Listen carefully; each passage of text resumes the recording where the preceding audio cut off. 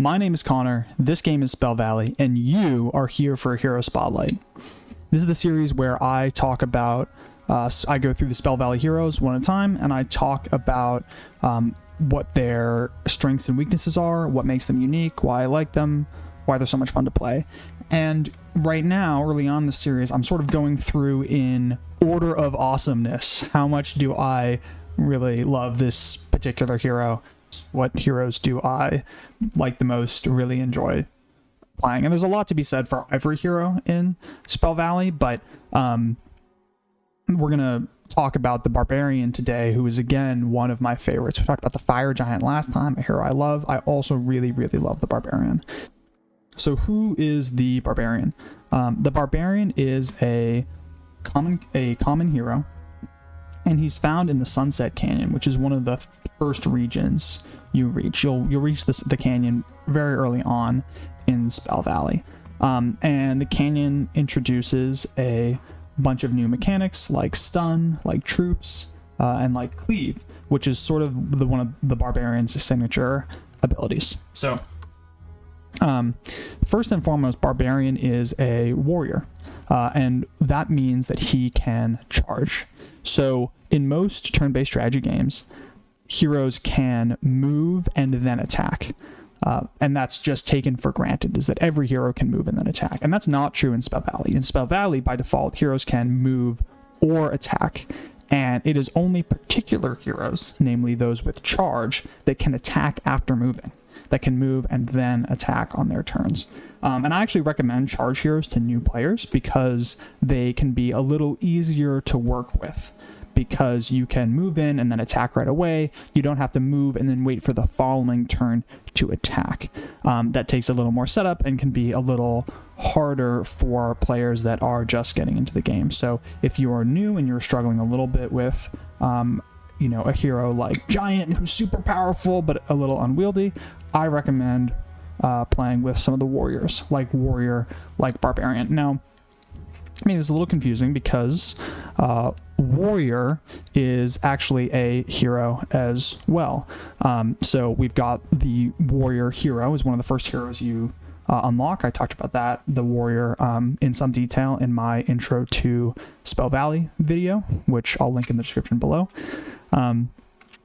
And there's also the class of heroes that are warriors, and these are just heroes that are like Warrior. These are heroes that can charge. And the Barbarian is one of those heroes. Now, the Barbarian differs from the Warrior in 3 key ways that make him feel quite different to play. First, he has an axe, and in Spell Valley, heroes with axes cleave. That means they hit an arc of 3 hexes when they attack. If you watched my high-level gameplay video, where I played some friendly battles against a friend, we both used the Barbarian in the 2 final games, and there were some crazy sort of setups and attacks there, and some interesting timing decks using the Barbarian, if you want an example. You can also find that video on the channel. And he differs in terms of cleave. His attacks hit an area, and he also has a different attack and different health than the Warrior. His attack and health scale differently, and I'll talk about that in a little more detail in a minute. But I want to hone in on cleave because that is an especially it's sort of what makes him most distinct from the Warrior. And he's one of the you might say the signature cleave heroes. So what does cleave look like? Well, the Barbarian is really good against enemies that come in groups. So these are the Sky Warriors here. They are also warriors. They also charge. They can move and attack, and you get 3 of them, not just 1. So heroes that are troops, you actually get multiple of. And you can summon them multiple times, essentially. And that means that it's not just 1 piece on the board, it's 3. But in exchange, they're really weak. So we walk the Barbarian up, and the Sky Warriors can fly, so they can fly in and then attack.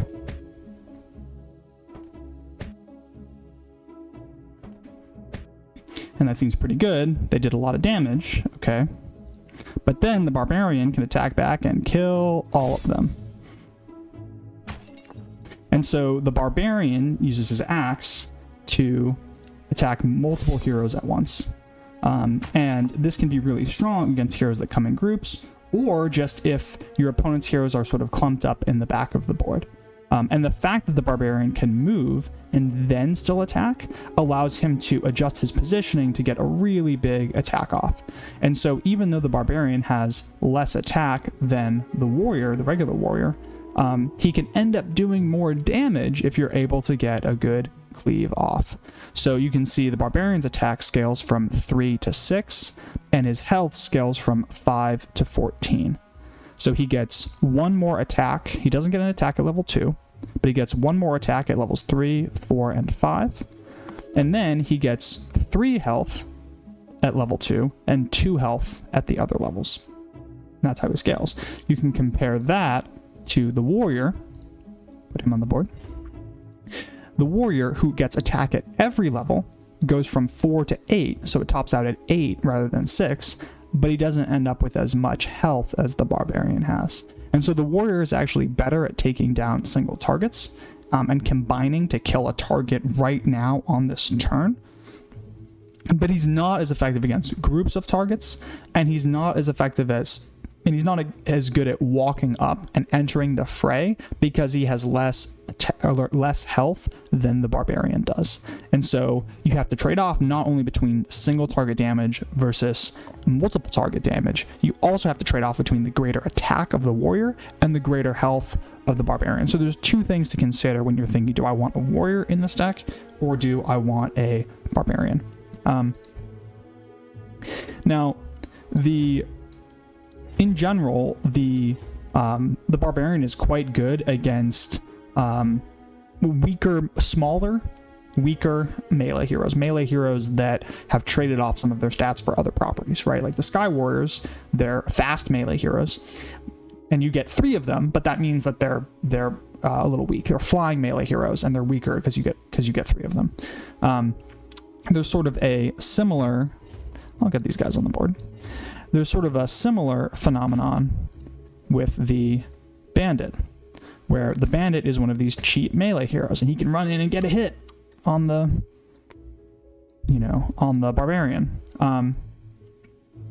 But the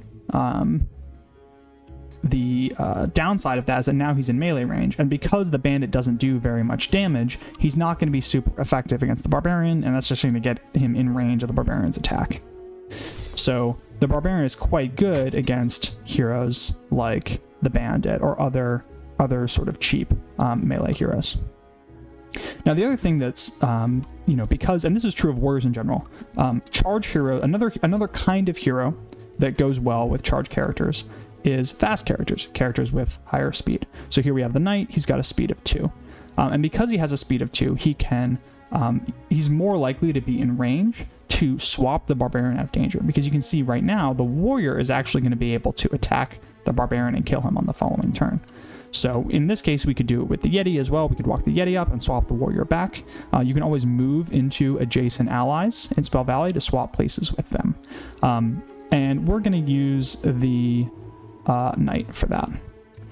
And it's easier to swap with faster heroes like the Knight because we can swap, and now the Knight can still move. You can still get around. Okay.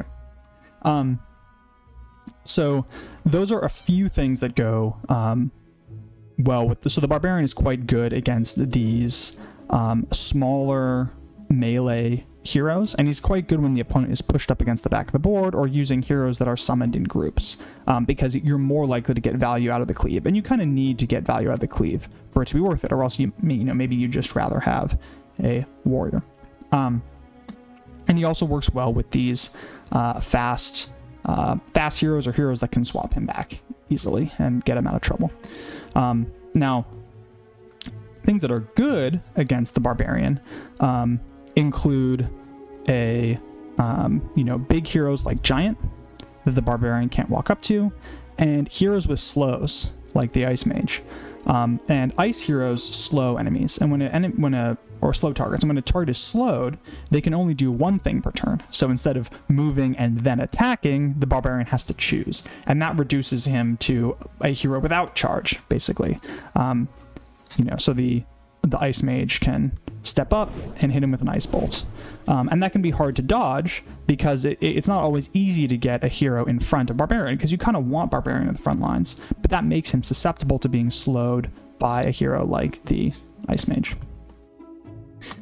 So if you want to deal with Barbarian, I recommend slows, and I also recommend sort of bigger, heavy heroes that control space so that the Barbarian can't walk up, or else he'll take damage.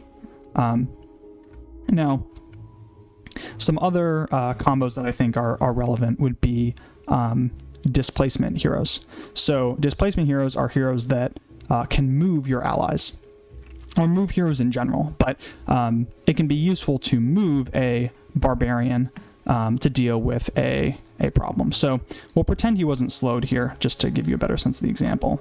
But if this barbarian wasn't slowed, what would happen is we would actually be able to kill the warrior right now. It's like, how do we do that? Well, we can hit him with the knight. That's a bunch of damage. But we can't hit him with the mage. Well, that would only be 3 damage, it's not enough. But we can't hit him with the mage anyway, because the knight's in the way, right? But what we can do is we can use the wind mage to push the barbarian. So we can swap like this, we can swap like this, we can push the barbarian, and then the barbarian can still move and attack. That wasn't a move, that was a push from the wind mage. So now the barbarian can move and attack. And there's one more trick that I want to talk about, which is it's called, I call cleave pivoting. And that is when you angle your cleave so it doesn't hit your allies. Now, right now, if we attack like this, you can see the knight here would get hit, right? Because cleave hits an arc of 3 hexes, and it doesn't. If there's an ally there, the ally can still get hit. But you can actually prevent the ally from being hit if you then pivot and target this hex instead, so that the enemy is still hit, and we're going to hit these 3 hexes instead of an arc of 3 that includes the knight. So we can still now, because we had this push from the wind mage, step up and kill the warrior. Now, of course, in this case, the barbarian's going to be dead because of the giant anyway. And so you can see how Barbarian is especially effective with displacement heroes, or heroes that move their allies, and can get the Barbarian into position so that he's even more likely to hit a big attack. The Yeti is also a good example of that, because the Yeti can throw heroes. So the Yeti can step up and throw an ally into position to attack. And so he's also a good hero to consider comboing with the Barbarian if you want to set up more of a big play on a single turn instead of just pushing up the board gradually. I think both are valid strategies depending on the other heroes that are in your deck.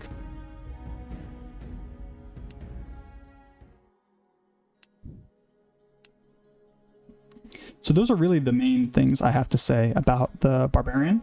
I think this hero is a lot of fun to play, really because of the cleave. I like cleave a lot. It feels really good when you hit multiple heroes. It's just very satisfying.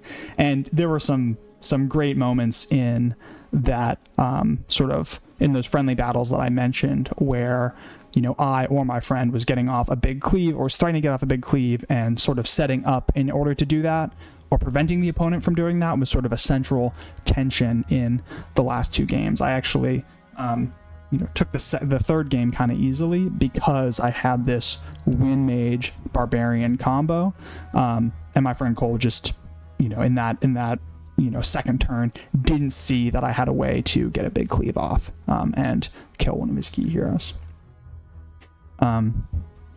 So that's all I have to say about the Barbarian. I appreciate you tuning in. Please like, subscribe. More importantly, download the game, tell all your friends about it, join the Discord, drop a comment. You can talk to me directly in either of those forums. And as always, I really appreciate your time and attention. Stay tuned for more Spell Valley content and for the next Hero Spotlight. Thanks, guys.